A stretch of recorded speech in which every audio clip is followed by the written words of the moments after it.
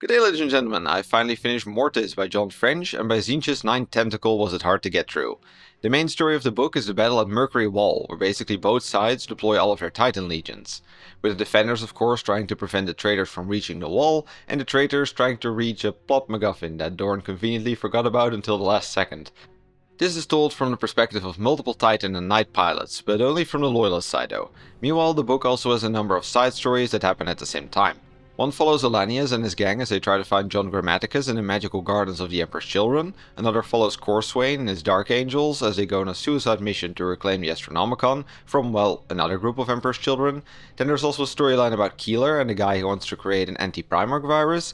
Furthermore, there are a couple of scenes where we see the Emperor and Horus as they clash in a big psychic battle. Next there's a storyline about Shiban from the White Scars as he tries to get through the wreckage of the destroyed palace in order to get back to the Imperial troops. And then finally there's Katsuhiro of course, who also makes an appearance. This may all sound like quite a lot, and it is, because I even left out some of the throwaway characters from the list, but more on that later. First I would like to talk about the main problem I have with this novel, and that is that the writing is ridiculously purple. I've criticized other books on this before, but I've never witnessed something quite like this. There's an incredible amount of unnecessary descriptions and metaphors thrown around in this book, almost as if it is supposed to be a piece of poetry rather than a novel. But it's not just the amount I have a problem with, it is also the quality. Most metaphors don't even make any real sense, and the ones that do get copy-pasted a million times. God engines, bleeding flies, acid smells, or the word incandescent. Seriously, I think my eyes might twitch a little every time I hear the word incandescent now. Basically, this novel tries so hard to be a pretentious masterpiece, but instead just ends up being really cringy in the process. Another problem this causes is that the novel can be very confusing at times. This also ties in with the fact that there are almost a dozen storylines that all introduce a handful of new characters.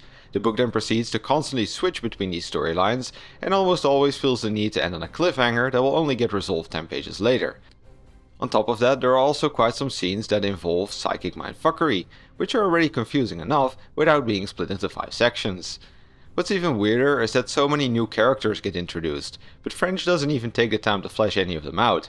For new females, they are all a copy-paste of Captain Marvel, and for new males it's a coin flip between no characterization or incompetent mustache twirler.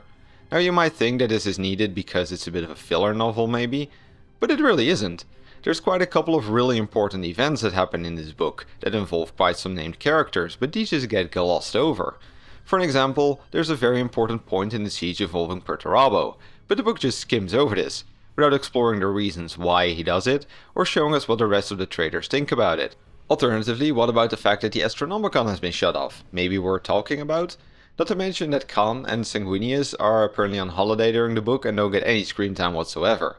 I believe the Khan has 1 line and Sanguinius has like 5.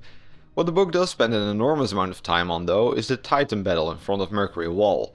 This blows because it's basically 200 pages of bolter porn filled with the most boring, confusing and repetitive descriptions I have ever read. On days where I had to spend 6 hours reading research papers, these parts were still the most boring things I had read that day. And even worse, I often had to read parts multiple times to understand what exactly was going on, just because the writing is so horribly confusing in these segments. Luckily, the other storylines were better to an extent. The Elanius storyline is confusing at first, but has some really cool world building once they get to the gardens built by the Emperor's Children. I do quite like that this book makes sense of what the Third Legion is doing during the later part of the siege. I often heard people saying that they just ran off to snort warp dust, but in fact the children have set up 2 pretty meaningful plans in this book. The Shiban and Katsuhiro storylines are quite nice, as they do an excellent job at conveying the despair and the sadness that is overtaking the loyalist side. Additionally, there is some character development for both of them. And the Corswain storyline was just overall decent.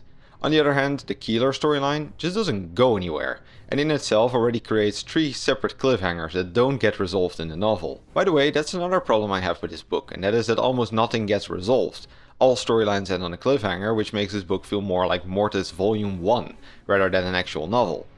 Finally, to end on a positive, I did like the psychic battle between Horus and the Emperor. It does use some metaphors in order to display the power dynamics, but unlike the rest of the book, they are actually quite nice. These segments are just vague enough to read like cosmic war battles, but remain grounded enough so you can easily see what's going on.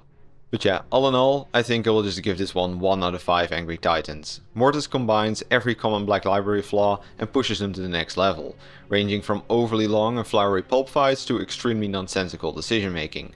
Every time I was reading some of the other storylines, I considered giving it a 2-star rating, or maybe even better, but the parts involving Titans were so awful I just want to be done with this. I really can't recommend it for anyone except those who really want to read every single Siege book, and therefore I should also put a summary at the bottom of the description for those who need it. Anyway, that's all I got for you today. If you like this video, please consider subscribing and click ringing the bell to appease the Great Horned Rat. For more lore content, please check my main channel and leave any book recommendations in the comments down below. I gotta get back to reading the next book.